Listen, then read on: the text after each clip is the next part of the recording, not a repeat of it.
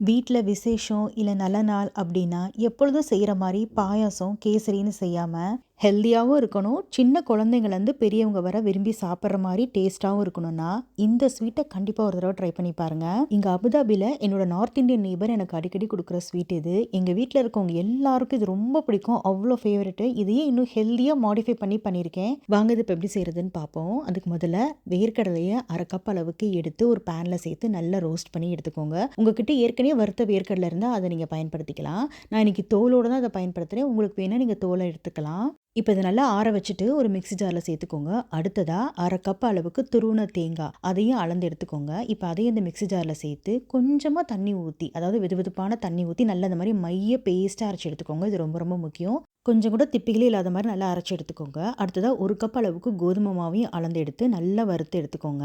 கோதுமை மாவு நல்லா ரோஸ்ட் ஆகி லேசா கலர் மாறுற அளவுக்கு வறுத்து விட்டுட்டு நல்லா ஆற வச்சுருங்க. அந்த பேன்லேயும் நல்லா ஆறட்டும். கோதுமை மாவு ஆறிக்கிட்டு இருக்க டைம்ல நம்ம இங்க வெள்ள பாகும் காய்ச்சி எடுத்துக்குவோம். கோதுமை மாவு நல்லா ஆறுனதுக்கு அப்புறமா அதில் நம்ம அரைச்ச அந்த வேர்க்கடலை தேங்காய் பேஸ்ட்டு, அடுத்ததா அந்த வெள்ளைப்பாகு இதையும் சேர்த்து நல்லா கட்டிகள் இல்லாமல் ஃபஸ்ட்டு கரைச்சி விட்டுக்கோங்க. அடுப்பு ஆஃப்லேயே இருக்கட்டும். அதுக்கப்புறமா அடுப்பை ஆன் பண்ணி சிம்ல வச்சுட்டு கொஞ்சம் கொஞ்சமா நெய் சேர்த்து கலந்து விட்டுக்கிட்டே வாங்க.